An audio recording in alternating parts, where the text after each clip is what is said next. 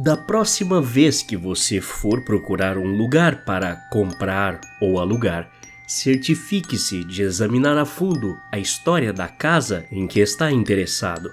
Essas propriedades podem ter sido habitadas por criminosos infames, usadas por membros da indústria de entretenimento adulto ou até conter a essência dos agora falecidos ex-proprietários.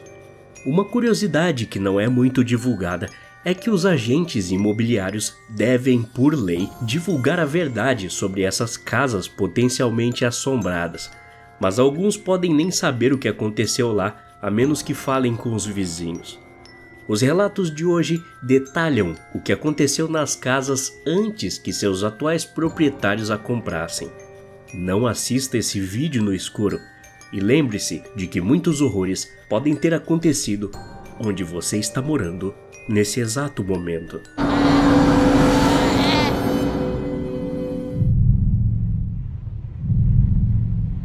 Isso aconteceu com alguns amigos que compraram um imóvel, uma casa em um sítio muito antigo, com cerca de 300 anos, que fazia parte de um convento.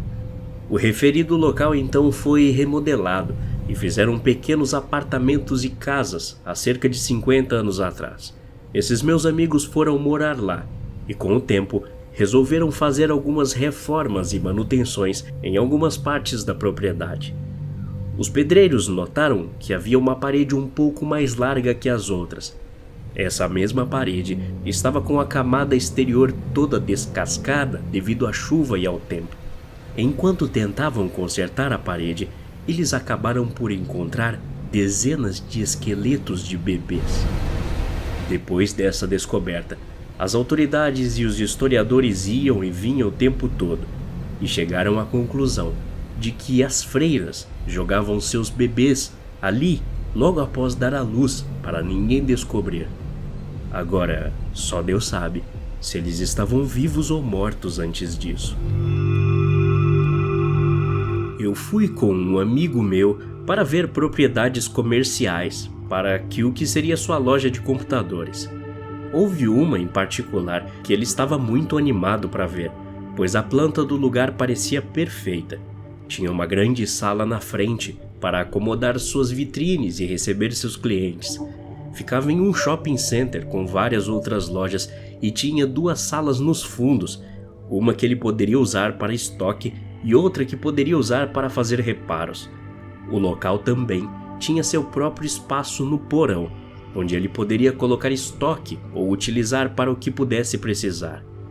Chegamos no lugar para que o corretor nos apresentasse, e ele começou a nos contar que ali, anteriormente, era um salão de beleza e massagem, antes de ser interditado e a empresa de imóveis comprá-lo.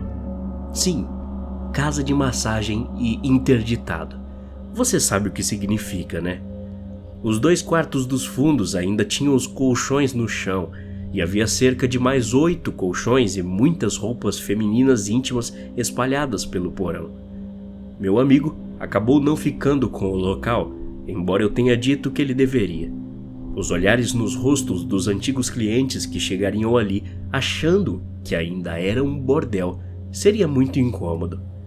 Pelo que parece, há muito tempo, uma mulher enfurecida encontrou seu marido ali com uma garota de programa. Sem pensar 2 vezes, ela, que estava armada, atirou em todo mundo, fazendo uma chacina e tirando a própria vida logo em seguida. Eu fotografo casas e sei que é normal as pessoas morrerem dentro delas. Em um dia, fotografei uma onde o motivo da venda foi que o proprietário havia tirado a própria vida recentemente na casa.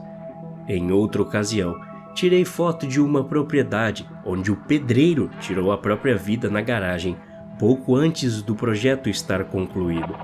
Entretanto, o lugar mais estranho que fotografei foi o complexo de um bilionário, onde o cara tinha um fascínio absurdo por carne.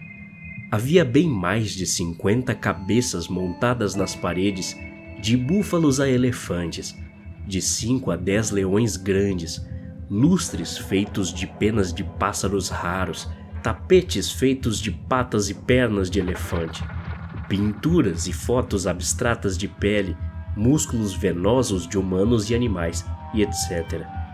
Procurei a sala onde ele usava para fazer suas matanças, mas nunca encontrei. Em geral, acho que bilionários não se comportam como pessoas normais, mas esse costume era particularmente muito estranho.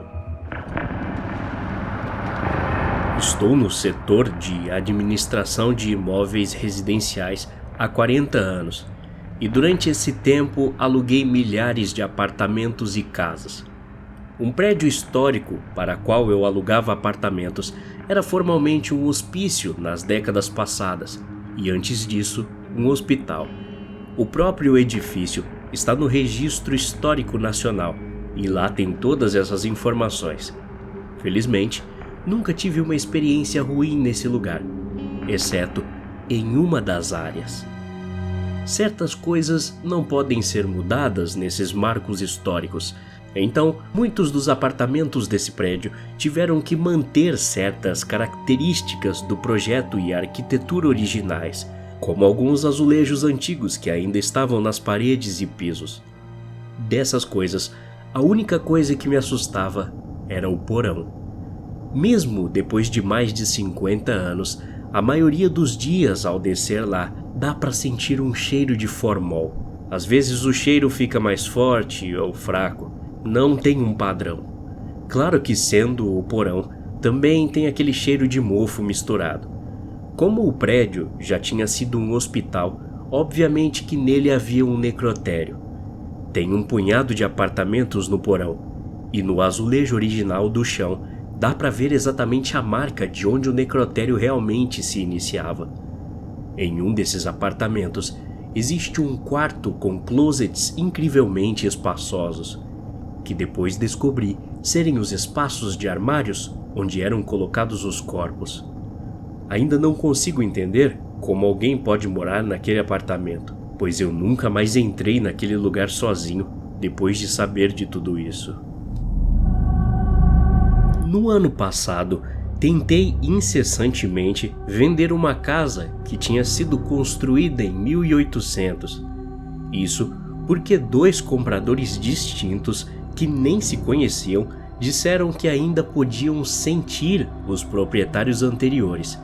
E foi isso que os impediu de fazer uma oferta. Assustador, pois ambos os compradores, que vieram visitar a casa em momentos diferentes, usaram a frase específica de que sentiam o que quer que ainda estivesse presente lá. Mas falando sério, eu estive em mais de 100 casas assustadoras com histórias horríveis e só tive arrepios de verdade em 2 ou 3 ao longo de toda a minha carreira. E essa foi uma das que me deixou mais assustado. Meus pais eram corretores de imóveis e também trocavam casas. Enquanto eu saía da infância e começava a pré-adolescência, eu costumava ajudá-los muito, geralmente limpando essas casas. Quando eu tinha 12 anos, estava ajudando em uma casa infestada de baratas. Era uma sujeira incrivelmente diferente de outras casas que eu já tinha os ajudado a limpar. Em um dos quartos, percebi que parecia ser de criança, mas haviam coisas muito estranhas ali. Percebi que os armários estavam sujos de merda e cheios de marcas de mãos de crianças, com arranhões de unhas no interior das portas também. Perguntei então aos meus pais o motivo daquelas coisas. Eles me disseram que os antigos inquilinos costumavam trancar seus bebês nos armários por dias porque não aguentavam o choro deles. Até a próxima. Obrigado.